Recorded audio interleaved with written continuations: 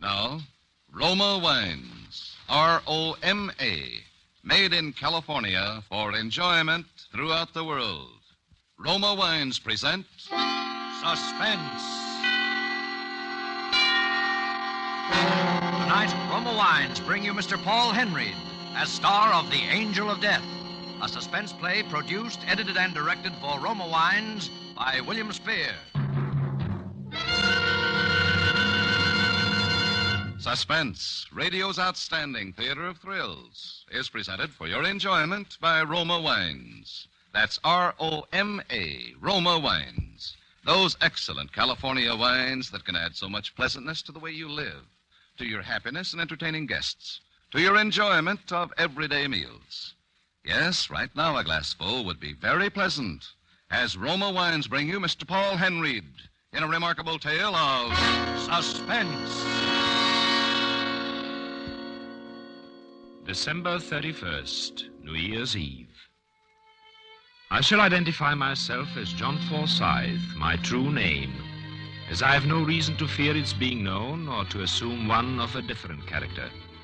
My early life has no place in this narrative, save only to point out with the utmost objectivity that I've always been possessed since my tenderest youth of extraordinary intellectual powers, as witness my acquisition at the age of 16 of degrees from not one, but 3 of the leading universities of Europe, where, despite my British nativity, I spent my formative years.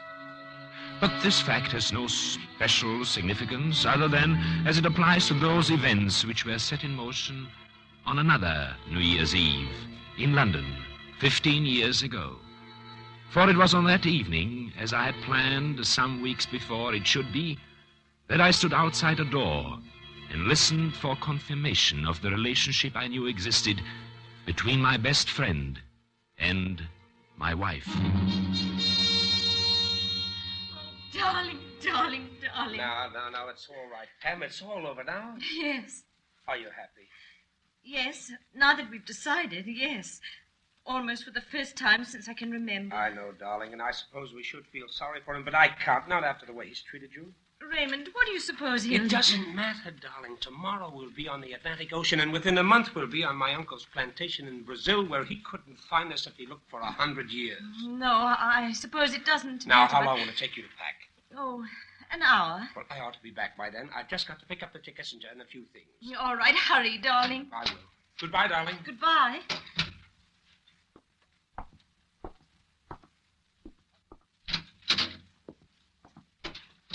Good evening, my dear. John! Why? What's the matter, Pamela? You look as though you'd seen a ghost. Why, nothing. You startled me, that's all. You said you were going out of town for the holidays, and you don't usually come in by the back door. You needn't be alarmed. I shall be only a moment. I forgot something. Can I get it for you? Your anxiety for my every wish is touching. But no, thank you. By the way, Pamela, have you any last words? Any what? We may not see each other for a while, you know. What are you talking about, John? What's the matter with you? Oh, my dear, sometimes I wonder if I married you out of infatuation for your beauty or pity for your stupidity. Oh, John, please. Pamela, where do you suppose we shall all be, say, within the month? Oh, does it really matter so much? No. I suppose it does not. Within the month, I was on trial for their murder.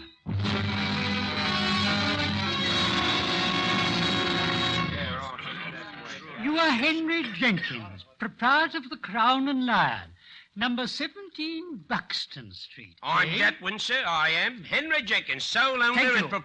Now, will you kindly repeat the words spoken by the prisoner in the dock while in your place of business several weeks ago? Yes, sir. Well, about 2 weeks ago one night, Mr. Forsyth there, who's a steady customer of mine, sir, although he's not what you call a sociable man. Yes. Well, sir, all me other customers had gone home, and I was asking Mr. Forsyth to leave also, just so I could close up my shutters, you know. When all of a sudden he looks up at me and he whispers, kind of hoarse-like, you know. Jenkins, I did it. I finally did it. Well, not knowing what he did, I naturally asked him what he did. And what did the prisoner tell you, Mr. Jenkins? He said, sir, warning me to keep it quiet. I found them together, and I killed them. And then he laughs in a crazy way and adds, and Jenkins, I hid the bodies where no one will ever find them. That's what he said, sir. So help me it is.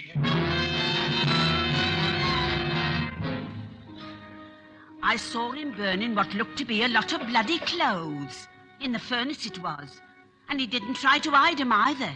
Just stared at me kind of odd-like and went right on as brazen as you please, he did. He told me he wasn't worried at all. He said the two of them won't never get away together, except if they are dead. I heard him say it on the stair landing one night and several other times in their rooms.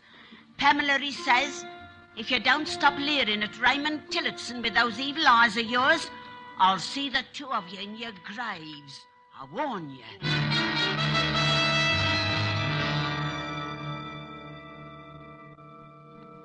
The court feels that it is its duty at this time again to remind the prisoner that he has so far made, nor allowed to be made by counsel in his defense, no cross-examination of witnesses, nor rebuttal to the charges made by the prosecution of any kind, and that this attitude can only result adversely to his cause. The prisoner is therefore once more given opportunity at this time to make such rebuttal. Does the prisoner wish to do so? No, Your Lordship, I do not. Does the prisoner wish to make any statement of any nature whatsoever in his defense? I should merely like to ask the prosecution one question, Your Lordship. Yes, what is it? Has the prosecution found the bodies? Well, the prisoner wishes to know if the prosecution has yet produced the bodies of the alleged victims of the crime for which he is on trial. Well, no, Your Lordship, we have not. That is all.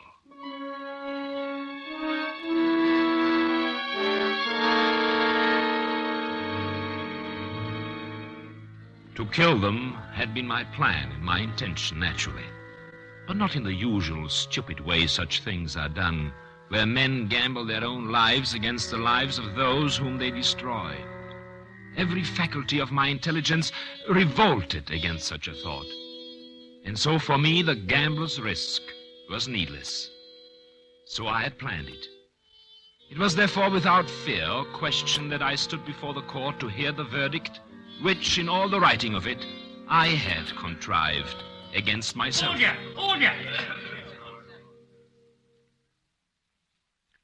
John Forsyth, the court has given most careful consideration to the fact that the bodies of the named victims have not been presented to this court as due evidence and a surety of murder, a fact which admittedly must alter the circumstances of guilt.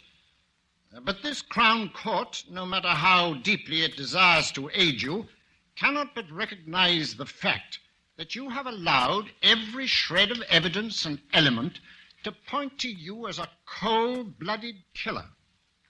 Under such circumstances, questionable though they may be, I can do only as the King's law directs me to do, tempered with the mercy of His Majesty's court. I hereby sentence you to no more than 20 and no less than 10 years at hard labor for the suspected and willful murders of your wife, one Pamela Felice Forsyth, and one Raymond Elton Tillotson, and may God protect the Crown and the jurisprudence of this court of His Royal Majesty.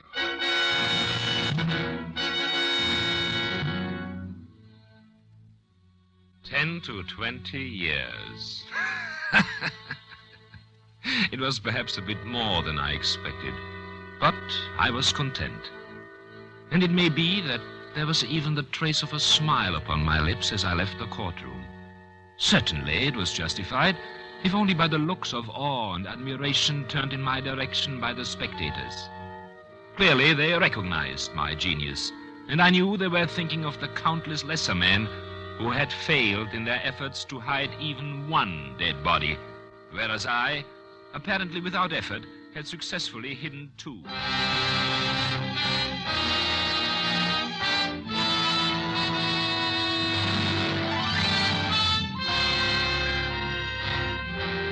For Suspense, Roma Wines are bringing you a star, Paul Henry, in The Angel of Death by Alan Cameron.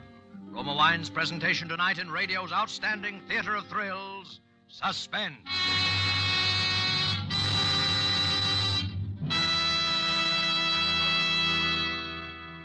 Between the acts of Suspense, this is Truman Bradley for Roma Wines. With the holiday excitement over, most of us are glad to enjoy evenings at home again, taking it easy and economizing. What a perfect time to serve Roma California sherry. Yes, glorious gold and amber Roma sherry adds so much to happy hours at home, yet costs so very little. More Americans every day make Roma sherry first call for dinner. You'll find Roma sherry ideal for entertaining, too, delicious anytime.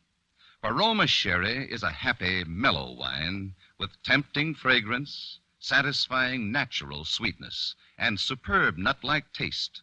Roma sherry, like all Roma wine, is a true wine, unvaryingly good always.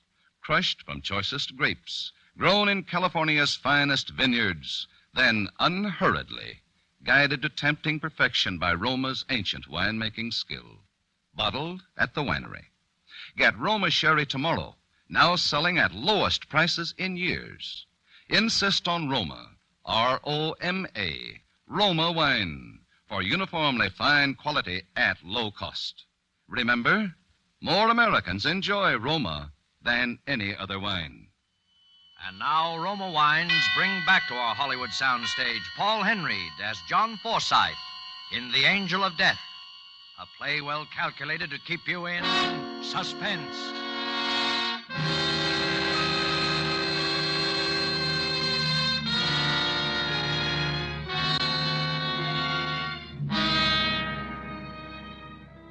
It was thus that I began my prison term, and my association with William Waters, a sallow-faced, ill-favored little man who was to be my chief source of amusement and mental exercise for a long time to come, and to illustrate still further the inevitable triumph of the higher intellect over all obstacles and surroundings. So, you're the great John Forsythe, eh? You have heard of me, then? Not half I haven't. The luckiest beggar that ever cheated the hangman. Luck? There is no such thing as luck. No? Then how is it you're sitting here safe and sound, and out as free as air in 15 or 20 years, instead of stretching your neck at the end of a rope, eh? I'm here because I choose to be here. That is all. Because you choose to be?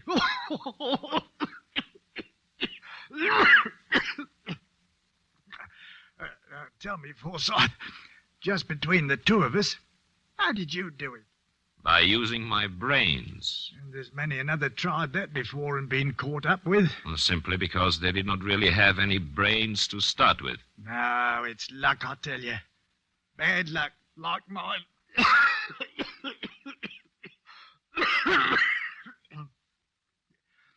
want to hear the worst bit of luck that ever ruined a man's life? If you wish to call it that, why not?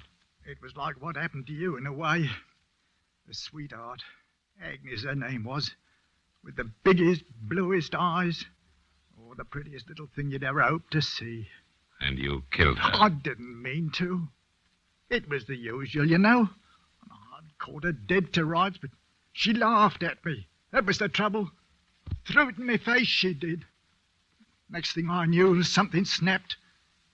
When my head cleared, there I was sitting on the floor beside her, crying like a baby, and her lying there with her pretty blue eyes staring out of her head and her pretty mouth all twisted. red marks there on her throat. The marks of the two very hands where I'd strangled the life out of her. You weren't unlucky. You were stupid. Oh. You killed her without planning it. And, what did you do with the body? Cemented her into the wall of the cellar. And the bloke next door had a gas heater. Exploded and blew out the old ruddy wall between us, it did. By the time I got home, there was firemen and bobbies all over the place. And there was Agnes, what was left of her, lying right out in the middle of the cellar floor for all the world to see. The truly intelligent man foresees every possibility and guards against it. Who could foresee a thing like that? I could. You could. I stand before you as the living proof of it. In 10 or 15 years, I shall be free because I'm intelligent, whereas you will rot and die here because you are stupid. Oh, pretty clever, ain't you? Know just about everything there is to know, don't you? No. Not everything. But quite a lot of things. For instance, I know something about that cough of yours. Oh, what about it? The color of your skin, the look about your eyes, the way you breathe. I hope you're not afraid to die, Waters. Rubbish. What you talking about? Have you ever heard of retribution, Waters? What? The inevitable fate that pursues and at last destroys the criminal mind. Vengeance, you might call it. Ah, rot. You don't think anything's going to happen to you or me, do you? Not to me, Waters. For the intelligent man foresees and prevents even that. But to you, Waters. Most certainly to you. Oh, indeed? And who's going to do all this? Oh, he's known by various names, Waters. But best known as the Angel of Death.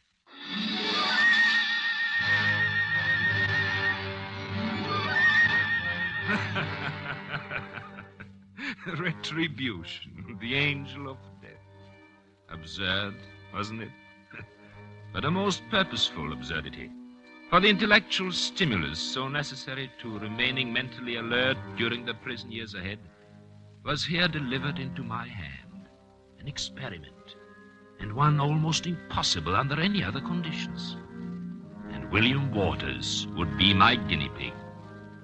An experiment to determine just how far a man might succeed through sheer superiority of intelligence in breaking down and destroying the mind and the body of another by the simple power of suggestion. I suggested nothing directly, merely a word here, a glance there, drops of water wearing away the stone. I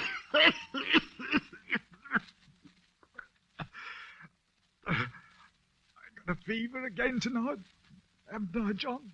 No. A touch, perhaps, but that is all. My head feels hot. Oh, does that blasted cough, what does it? No. You mustn't worry about it.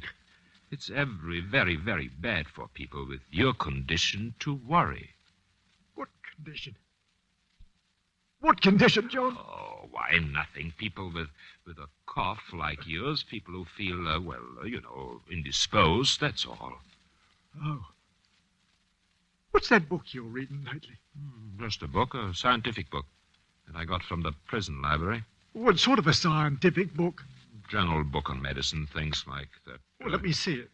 No. Yeah, give it You here. wouldn't understand. Give it here. No, please, give it back to me. You wouldn't be interested. Oh. You had it open in this place here, didn't you? This is what you was reading, ain't it? Well, yes, among other things, but... Tuberculosis. Is that what I got, John? Tuberculosis? Oh, don't be silly. There's nothing seriously wrong with John, you. you've got to tell me. You got to... No. I don't want to die. You're not going to die. If you take care of yourself. Oh, but why should it come to me? I've always been healthy. I'm not old yet. Of course you are not. You're just imagining things. Imagining things? You're worrying too much, that's all. Oh, what makes you think I'm worried? Oh, I don't know. Sometimes, when you're asleep. Tell me, do you ever have dreams? What sort of dreams? Oh, about The past, or... You mean about her? Yes.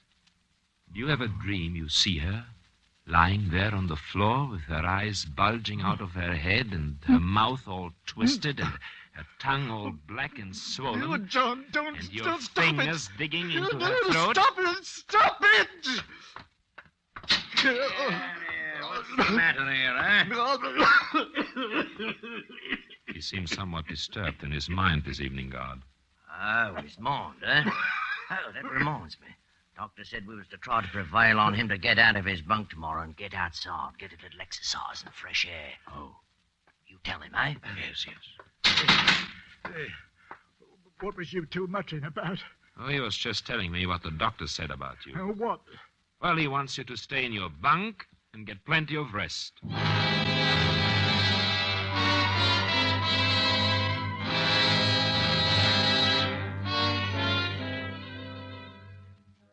The time was drawing near, I knew. The time for what I had planned as the culmination of my experiment. Waters was having periods of definite delirium. But I waited. I waited for them to become more pronounced.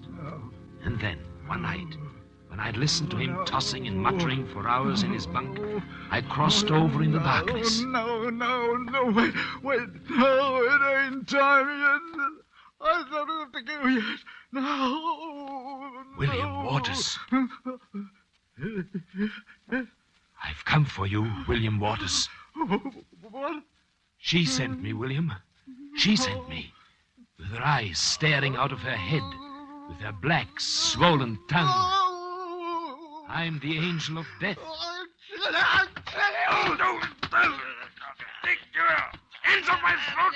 Take your hands off death! I'll kill you! What's going on in here, I said we'll quiet you. I had to hit him. The man is out of his mind. He thinks I'm some angel of death or something. There you... Come on now. Up on your feet. Come on now then, Waters. Now, what's the matter with you, eh? Forsyth, you. It's you what's done this to me. I told you. It's He you. was out of his head. It's you what's done it to me. I see it now. Come on, you're coming with me. Get it up, Forsyth. I'll get out of here for this. If it takes 100 years, I'll kill you. I'll kill you.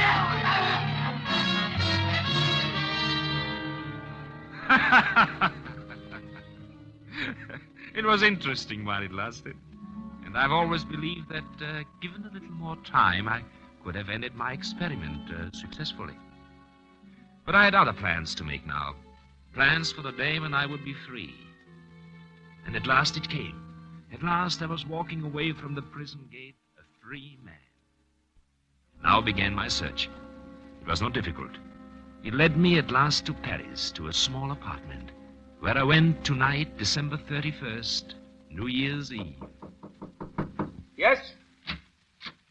Good evening. Well, good evening. Did you wish to see someone? Don't you recognize me? Well, I do, of course, but are you a friend of Pam's? I am indeed. Who is it, darling? Well, it's a friend of yours, dear. A friend of both of you. John. Yes. Huh? In fact, your husband, my dear, and Raymond's best friend. John, it's been... 15 years, yes. You only returned to Paris recently, didn't you? Yes, a short time ago. And you never knew that I was convicted and sentenced to prison for your double murder, did you? Murder? Oh, that was quite as I planned it. I knew where you were, but the authorities did not. John. But perhaps you have heard of a curious legal technicality which provides that a man cannot be convicted twice for the same crime. So you see, I've already paid for your murders. And now I've come to collect an ancient debt. Put down that gun.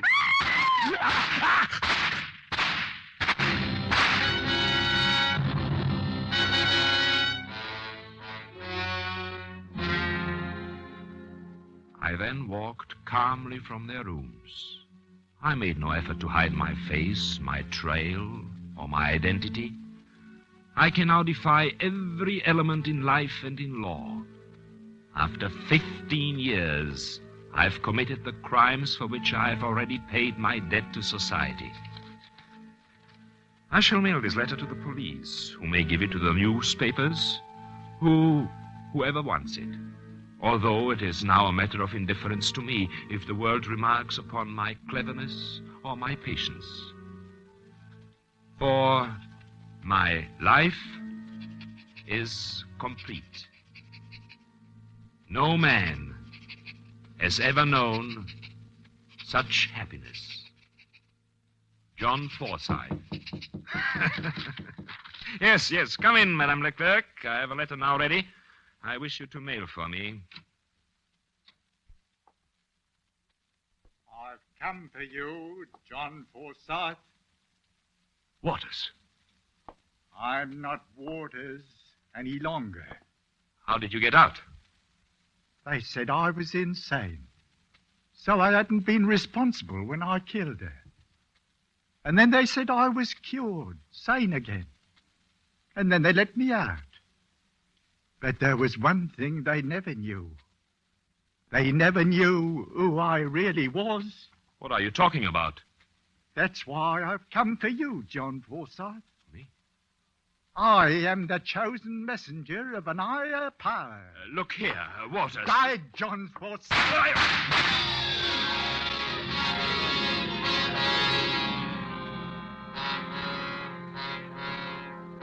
And the story ends with a newspaper clipping. Let me read it to you. Paris, January 1st.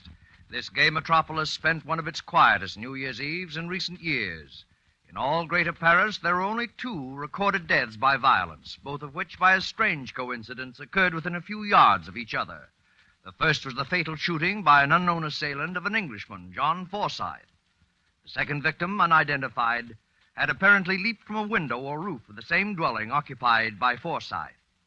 Police were at a loss to explain a weird black silk robe and cape worn by the man.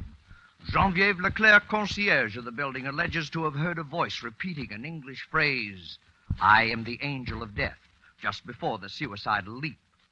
However, this can hardly have any bearing on the case, since the said phrase was undoubtedly uttered by New Year's revelers in the neighborhood.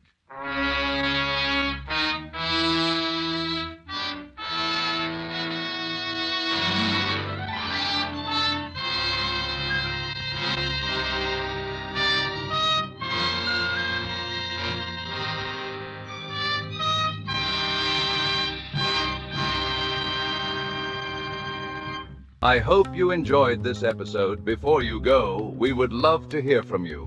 On a scale of 1 to 10, how would you rate this episode? Your thoughts will guide other viewers who might be deciding whether to watch. So, please go ahead and drop your rating in the comments. Thank you for hanging out on the Astrostatic Old Time Radio channel. If you enjoy these episodes, hit that like button and subscribe for more awesome content. If not, I totally understand, and thank you so much for listening.